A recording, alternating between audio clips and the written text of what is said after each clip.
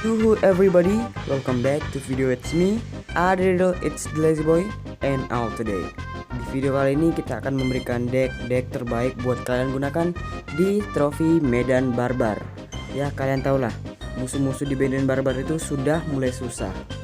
Dan pemain-pemain itu yang bocah sepertinya cuman sampai di ajang tulang ya. Kalau mereka sudah naik ke seperti Medan Barbar seperti ini ya, itu mungkin mereka jago sih ya. Dikasihkan salut buat kalian bocah yang main beginian, tapi keseringan menang gitu lah. Kalian memang betul-betul hebat. Dan sini kita akan memberikan request buat kalian untuk menggunakan deck apa saja atau kartu apa saja yang bagus untuk kalian gunakan di Clash Royale ini Medan Barbar. Langsung saja kita ke video. Oke, kita udah ada di gameplaynya dan di sini pangkat gue yaitu 600 trofi Medan Barbar. Dan di sini gue adalah akun baru dan bisa kalian lihat di sini gue baru naik dan di sini gue ambil Barbarian karena itu yang akan nanti kita akan menjadikan deck salah satunya ya. Dan di sini 600 trofi. Ya ini adalah pangkat ketiga ya dari di atasnya jang tulang. Kartu-kartu yang kalian butuhkan yang pertama adalah Pondok Goblin. Kenapa Pondok Goblin? Karena Pondok Goblin bertugas untuk mengalihkan perhatian dari peleton penyerang bangunan seperti Giant, Golem, dan Hawk Rider ya. Yang kedua yang kalian butuhkan adalah Pemburu.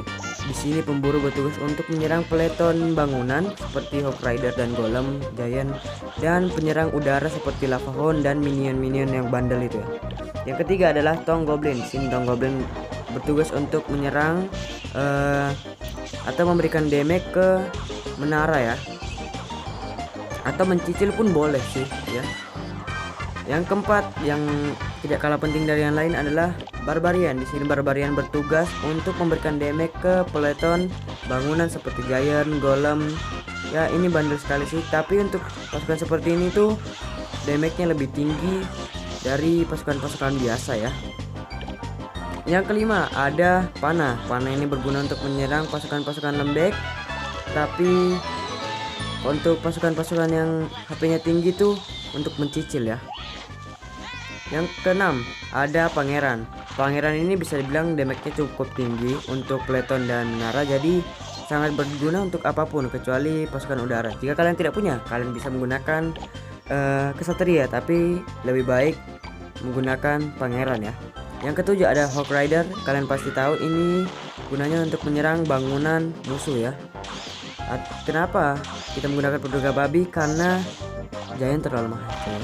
Ini 4 udah cukup gitu ya, cukup aja. Tapi kalau mendesak ya itu sudah cukup. Yang terakhir adalah Jerangkong Raksasa. Ya ini pun sangat berguna sekali ya. Kenapa bilang gitu? Karena yang bisa kalian lihat di sini, ini sedang jika dia mati inilah yang paling ditunggu ya. Saat mereka berkumpul, mereka mati dan itu keuntungannya besar. Dan saat mereka mati, dia mati itu damage yang diberikan itu 700 itu gede sekali tuh ya. Apalagi nyawanya juga yang banyak, tapi serangan biasanya itu sedikit. Dan langsung saja kita akan ke gameplaynya. Oke, yang pertama ini musuhnya sangat ceroboh sekali, dimana dia langsung menurunkan semua pasukannya di kiri, yang dimana pastinya aku akan menyimpan peleton bernyawa tinggi di kanan. Dan di sini saya, mumpung ada Barbarian, saya memberikan musketer pasukan Barbarian yang membuatnya pasti mati karena bisa bilang musketer itu sangat sakit ya. Yang dimana dia saking bodohnya itu dia melempar api ke sini tadi ya. Dan di sini kesempatan saya untuk melempar goblin untuk membantu Jerangkong Raksasa. Dan di sini saya sudah mendapatkan satu mahkota. Barbarian memberikan sedikit damage dan di sini Jerangkong dan goblinnya menyerang, dan saking bodohnya lagi dia menyimpan jahingnya di situ lagi ya. Ini dia nggak tahu main sebenarnya, tapi kalian boleh coba sih. Dan di sini adalah akhir dari gamenya. Bomnya itu sangat besar sekali. Dan langsung saja kita akan menuju ke gameplay yang kedua. Untuk yang kedua ini musuh mementingkan pertahanan. Jadi bagaimana caranya? Kalian simpan pasukan yang berdamage tinggi atau nyawanya tinggi, dan kalian saat sudah terkena yang kalian simpan pertama, langsung lempar goblinnya dan Habuski. Di sini langsung damage-nya cukup tinggi dari goblin itu ya, dan di sini juga bertepatan pangerannya damage-nya tinggi. Dan saat di sini itu pangerannya yang musuh itu sudah dan berlari, yang diserang itu goblinnya. Jadi itulah kenapa gue simpan pondok di sini, dan pas diserang boom ya, menara putri gue nggak berkurang sedikit pun. Dan sini saya simpan jerangkong agar musuhnya itu tidak masuk ke wilayah saya ya. Jangan ambil wilayah di sini. Udah berapa kali aku bilang. Dan di sini jerangkongnya masih berkelahi dengan saya simpan barbarnya tapi terlambat dan diserang dengan menggunakan api. Di sini barbariannya masih berguna, kenapa? Karena di sini dia menghambat musketer dan membuat musketernya mati dengan ledakan bom tadi ya.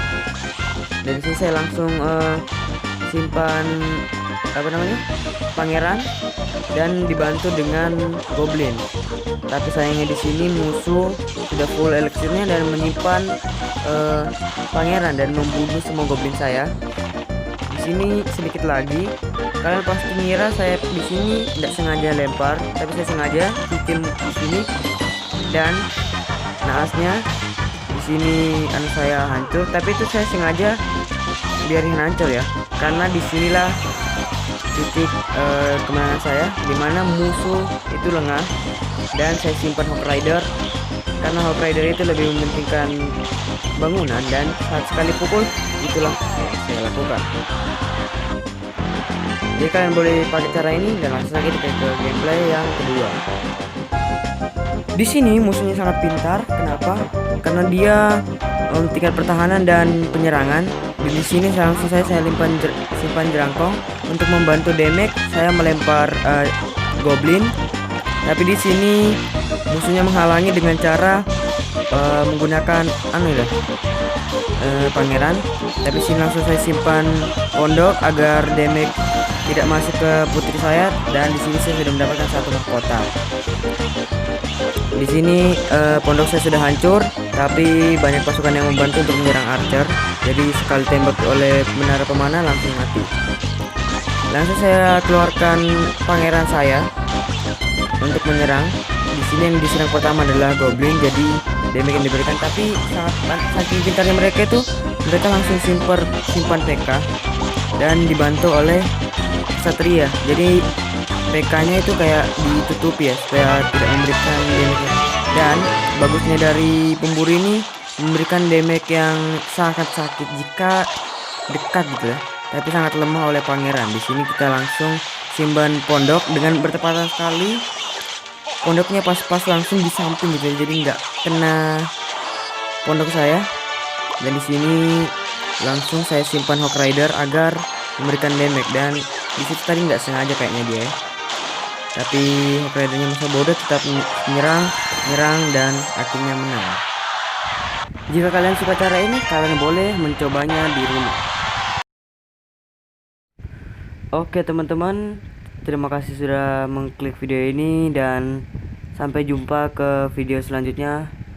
Saya Rossi JX Ghost Hunter pamit undur diri. Dadah.